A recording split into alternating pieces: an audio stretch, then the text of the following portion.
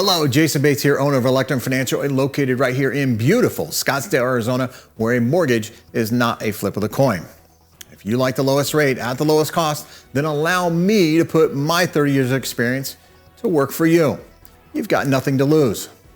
Here is this week's mortgage market at a glance. Financial markets were already dealing with rapidly evolving Fed policy shifts, a big jump in rates, and a big drop in stocks. But after Russia invaded Ukraine, volatility has been on another level. As far as the mortgage market is concerned, the average 30-year fixed rate experienced some of its biggest two-way swings in more than a decade. The following chart shows the change in rates every 48 hours.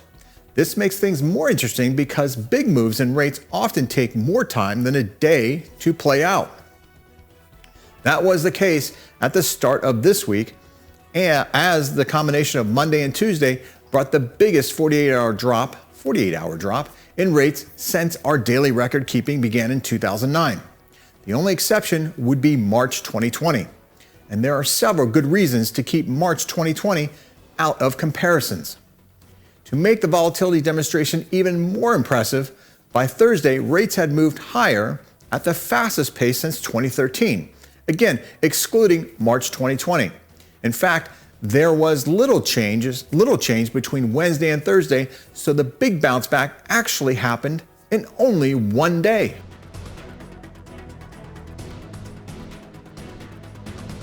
This means that prospective borrowers who chatted with loan officers about the recently lower rates on Tuesday were in for an unpleasant surprise less than a day later. Fortunately, things settled down very nicely by the end of the week, but it was a wild ride getting there.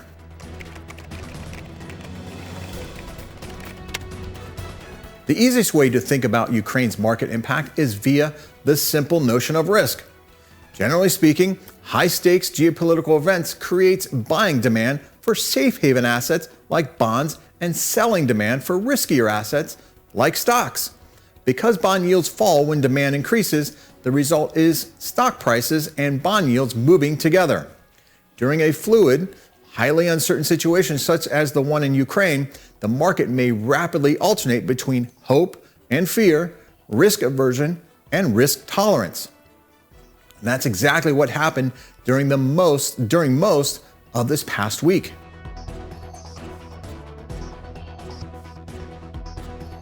As always, changing the time frame and y-axis scaling can highlight different trends.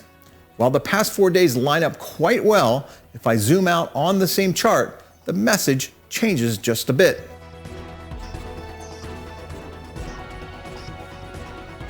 Even on the second chart, the lines have mostly been moving in the same direction since the first invasion warning in early February. This isn't always the case, as can easily be seen if I zoom in on the previous month of trading. In fact, we see stocks generally falling while bond yields are rising.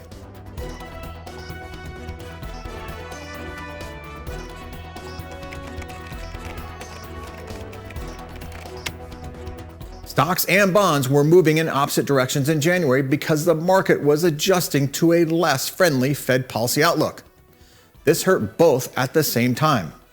The fact that markets were highly focused on Fed policy before the invasion resulted in widespread questions as to whether anything about the Fed outlook might change in light of geopolitical risks. Those questions are easiest to answer with a chart of Fed funds futures, financial instruments that allow the market to bet on the level of the Fed funds rate at a certain future date. The lower the line, the higher the market thinks the Fed rates will be. Here's how the market has been betting on the Fed funds future rate by the end of 2022. And note, 25 basis points equals 0.25%.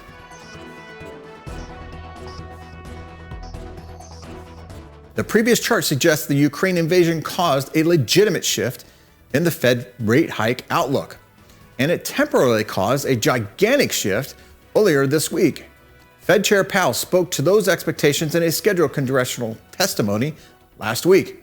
He confirmed that the outcome in Ukraine could impact the Fed's policy in a variety of ways, but more so in the way that wind causes ripples in water. The underlying message, however, continues toward multiple rate hikes by the end of the year?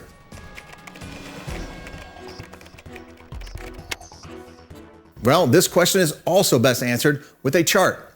It shows the change in the Fed funds rate, which is the thing everyone's talking about when they say, quote, the Fed is hiking rates, end quote, versus the change in 30-year fixed mortgage rates since September 2012.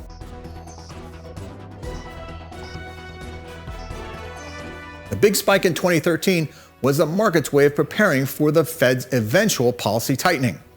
The process was painful, but it only took several months and then it was over. Rates moved generally lower for the next 3 years.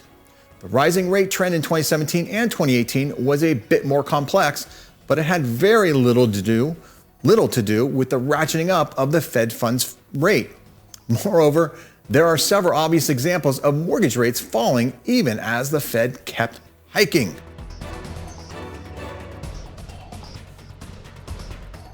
So the question is not whether or not the Fed's funds rate affects mortgage rates, but rather whether the mortgage market has already adjusted enough to account for Fed policy changes. The answer? It depends, and doesn't it always, on how things go with the economy both at home and abroad. Inflation is the focal point in this uncertainty. More inflation means faster rate hikes from the Fed, and vice versa. That brings me full circle with the Ukraine-related rate volatility.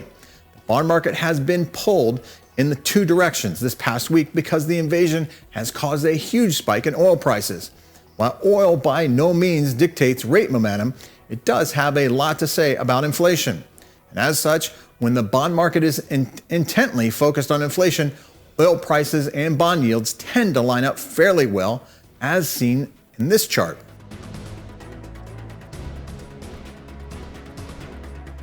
Clearly, the correlation between oil and bond yields broke down after the Ukraine invasion.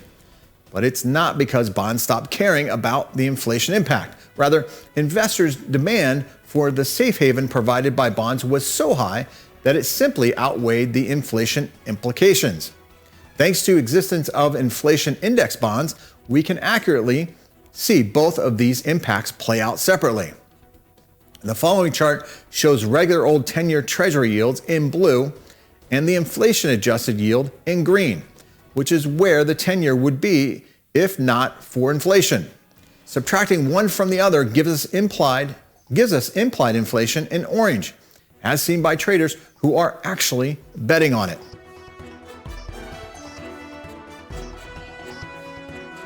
So, long story short, the bigger visual drop in the green line versus the blue line gives us a better idea of how much demand has flowed into the bond market recently, while the orange line confirms the oil price spike is indeed pushing inflation expectations higher.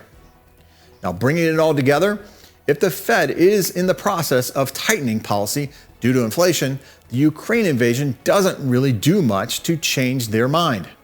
Fortunately, as we've seen, mortgage rates had already done a lot of the work of moving to higher levels in anticipation of the Fed's tightening cycle.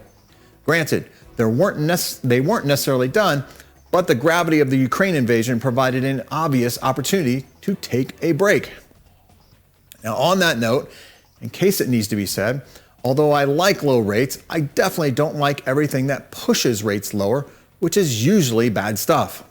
It's the nature of this type of analysis that I find myself discussing horrible events in the same sentence that I welcome a drop in mortgage rates. I think we can all can agree that we'd gladly give up the recent rate rally to put an end to the violence. And so there you have this week's mortgage market at a glance. If you'd like to know more, reach out to me. I'd like to meet you, and that is for sure. Thanks for watching, and if you're looking to purchase or refinance a home in Arizona, I would like to be your broker of choice. Until next time, take care and stay safe.